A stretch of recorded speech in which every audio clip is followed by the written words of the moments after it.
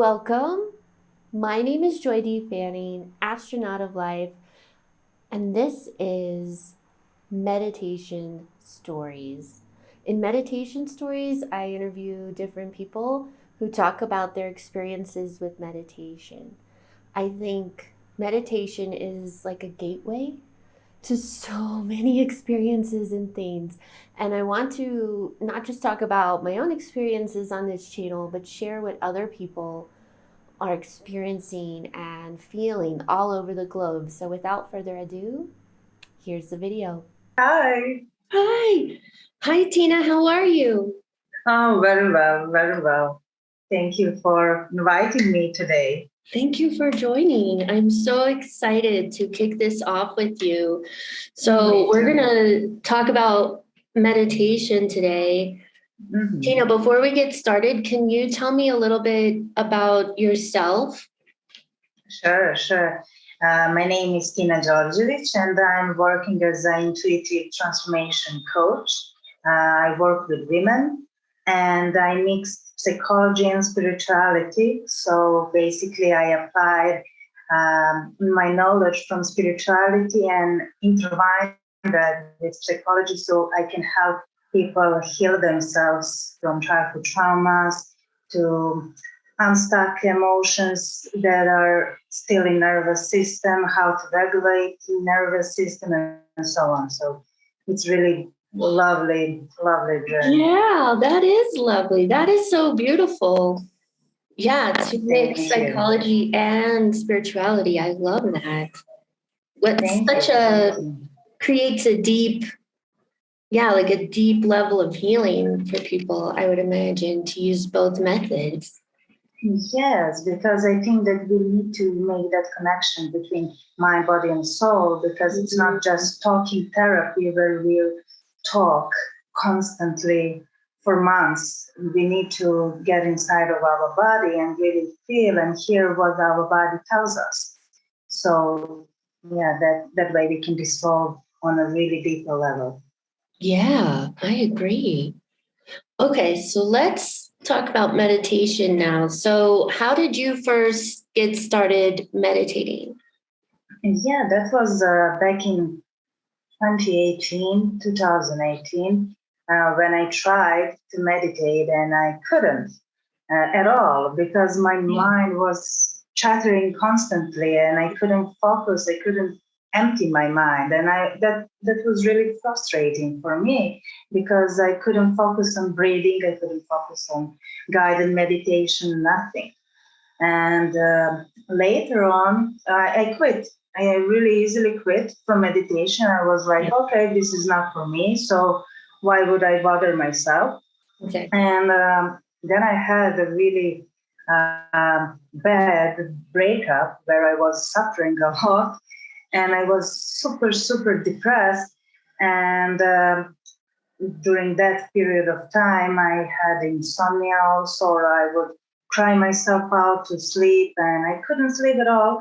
So I wanted to find some way that is not medication to put myself to sleep. And I found a really good app.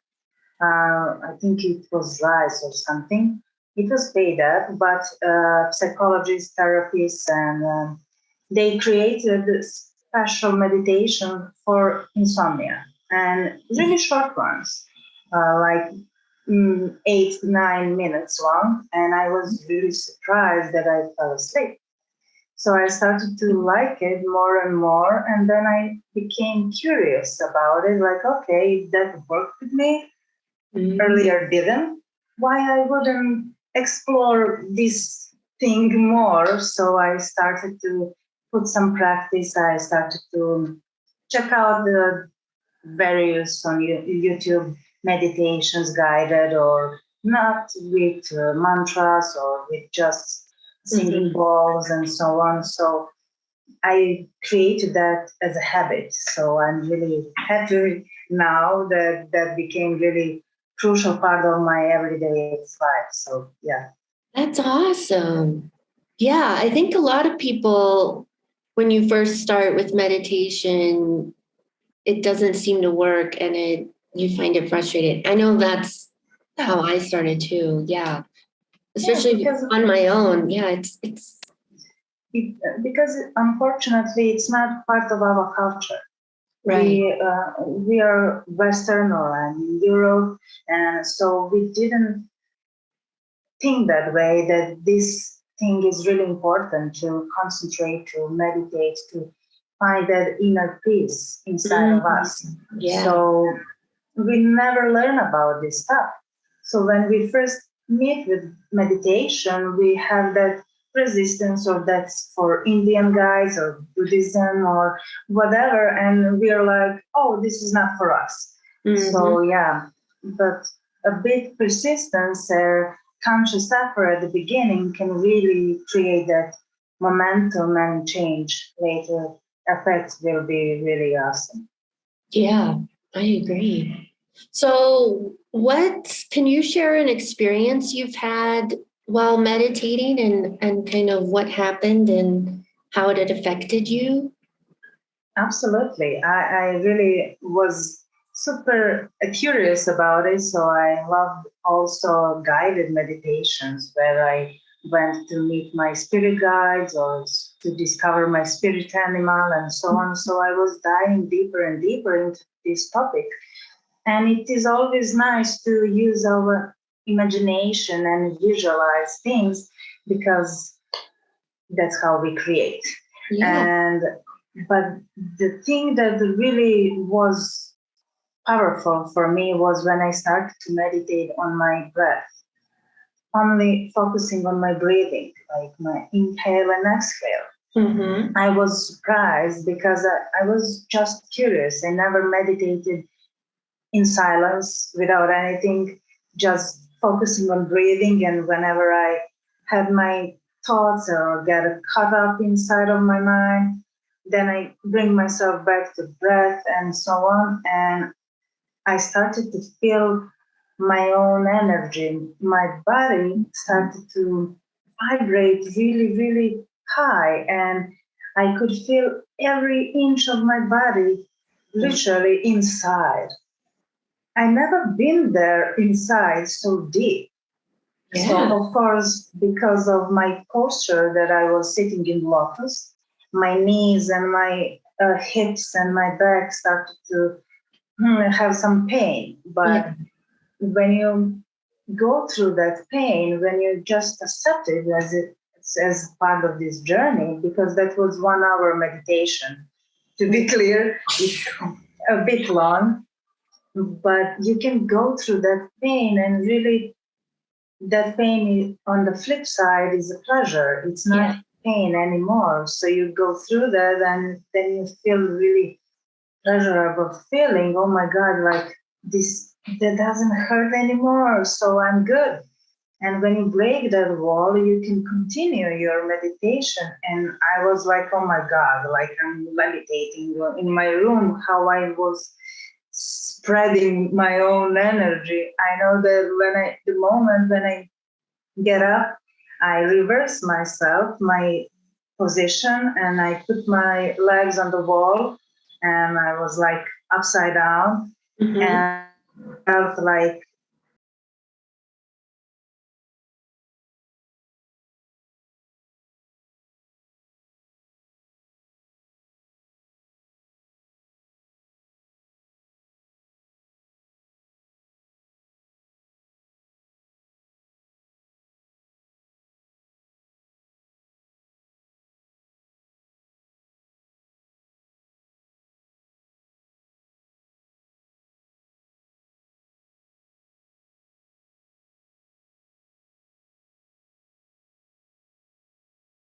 So my cat might get loud. Um, oh, that's okay. You can bring her too. She knows more than us about meditation. this is actually a he. Okay, he. Sorry. He's doing his little dance. I don't know. Yeah, yeah, yeah, yeah. He's Sometimes, practicing massage. yeah. Sometimes he meows pretty loudly when he I dance. bet, I So bet. I'll edit it Yeah. out if he if he goes crazy on us.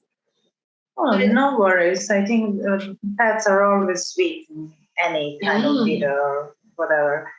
I have two cats and they knew to interrupt really important things, like especially male one. He would jump on Mhm. my laptop and sit in front of camera and then he's Yep. like, no, now I'm attention. That's that's QB for sure. Yeah. Yeah. We might see his body at some point. Yeah. Do your cats ever sit with you while you meditate? Sometimes, yes, especially male one. He Mhm. loves to join me and to lay down in my lap and to, yeah, just give me his energy and Mm. vibe with me. So he's actually increasing my own vibration. So that's really helpful. And they love to observe things and they know that even if I shut off my door, they know when I'm starting to meditate. Like they see through the door. Like okay, they stretch the door, want to come in, and yeah, if they want to join the party, they are always welcome. Yeah, my cat, I have two cats as well, but the one you saw is he's kind of like yours. He's the one that mainly sits with me, or if he doesn't Mm. sit on my lap, he just sits either under my chair Next, or right yeah, next to me or something. Yeah. And same thing, if they're not in the room when I'm meditating, I no matter like 5 minutes in, no, I will expect to hear a yeah, exactly, little, exactly, exactly. That's very sweet. Yeah. okay, well, before we got froze, I think you were talking about how you had your feet on the wall and you were feeling the Yes. energy, right? That electricity, and I mentioned that the day after I tried to force or to recreate the same feeling of being deep inside of my body and experience that electricity and really Mm-hmm. high vibration, and I couldn't because it came so naturally because I was just doing natural thing, Yeah. breathing. And when I focused on uh, achieving some goal, I couldn't. And that would be really good thing to keep in mind and just leave all expectations about it because every single meditation is different. I never ever meditated the same twice. So I love that. I That's love why that. I also started to journal my meditations because I really realized that it's useful. And I can explore from many different angles. For example, I put some mantras and then I see how my body responds listening to that and just breathing. Or I put some singing bowls, or I put some binaural beats, or you can play with it. You can really explore and use your imagination, but be open and curious and let things happen naturally, and you will be really surprised. Oh, I agree 100%. Yeah. And for me, journaling, I need to make note of what music I'm listening to because sometimes I journal on paper, sometimes it's on the computer. I have like three different places I'll Mm, randomly write mm. it. But yeah, it's almost like taking data like a scientist is what it Exactly, reminiscent of exactly. because yeah, if you realize, wow, when I do binaural beats, I like go to another dimension and have this crazy experience. But if it's singing bowls, it's all about internal. It helps you Yeah, kind of identify exactly. everything, really. And like you said, Yeah. there are, I don't know the statistics, but I would imagine thousands of ways to meditate and get in Yes. that state. Yeah, absolutely. And that's why journaling is really useful thing to do because you forget. We Yeah. all forget.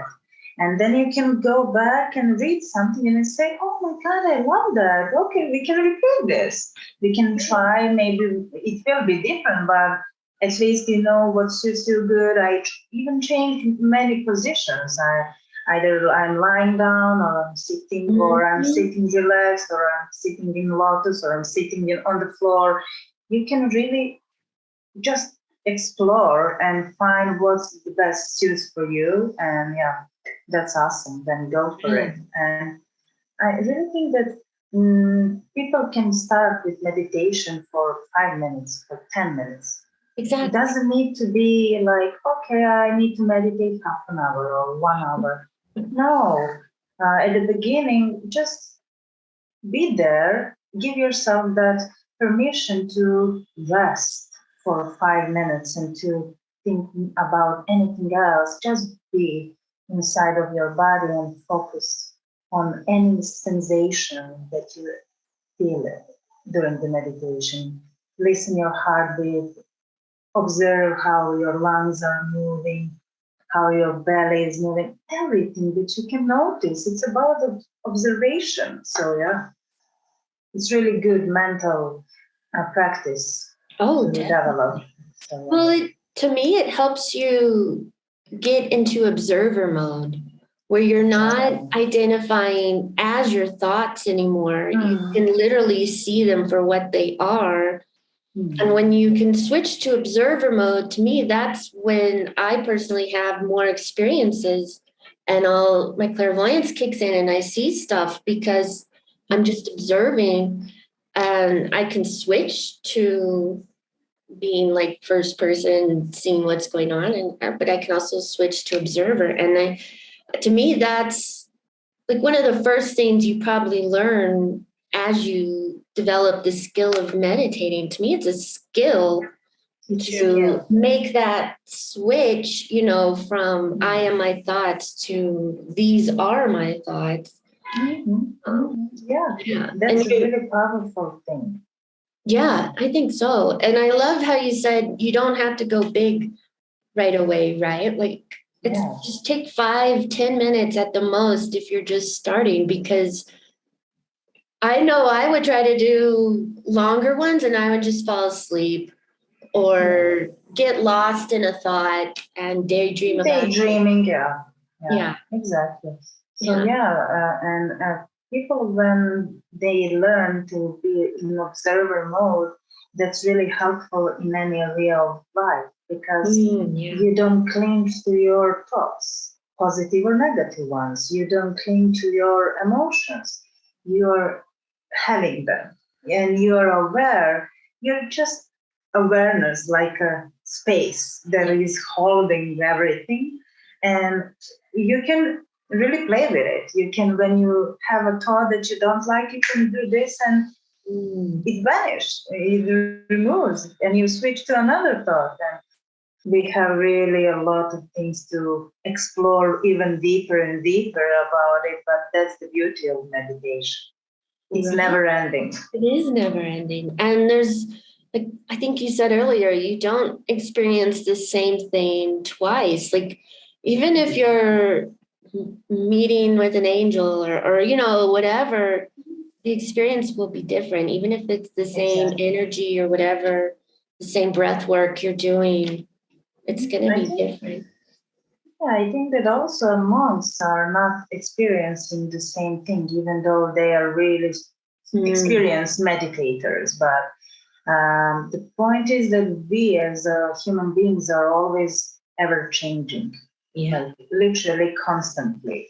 From the moment to moment, we are never the same. And that's the amazing thing because we are constantly moving and growing from all experiences that is happening in our life. So that's beautiful. Then you never know what might happen, and you will be always surprised, amazed. Sometimes you won't be this. You will be maybe disappointed because you had some expectations, but you can be disappointed only if you have expectations. If you leave them, then you're good. It's like a play. Like you have your own playground and create whatever you want to create. I love that. So, Tina, how does meditation fit into your life now? Like, is it a part of your daily practice or? Mhm. It's part of my morning routine. I every single day meditate for 1 hour. And if I really can make it for 1 hour, I cut it at least for half an hour. But I love to focus on my meditation because that's what keeps me really focused and present during the day, and gives me that pleasure and experience that I know, and I always can remind myself that there is something beyond ourselves. So that knowing really sparks my soul to continue whatever life throws at me. So yeah.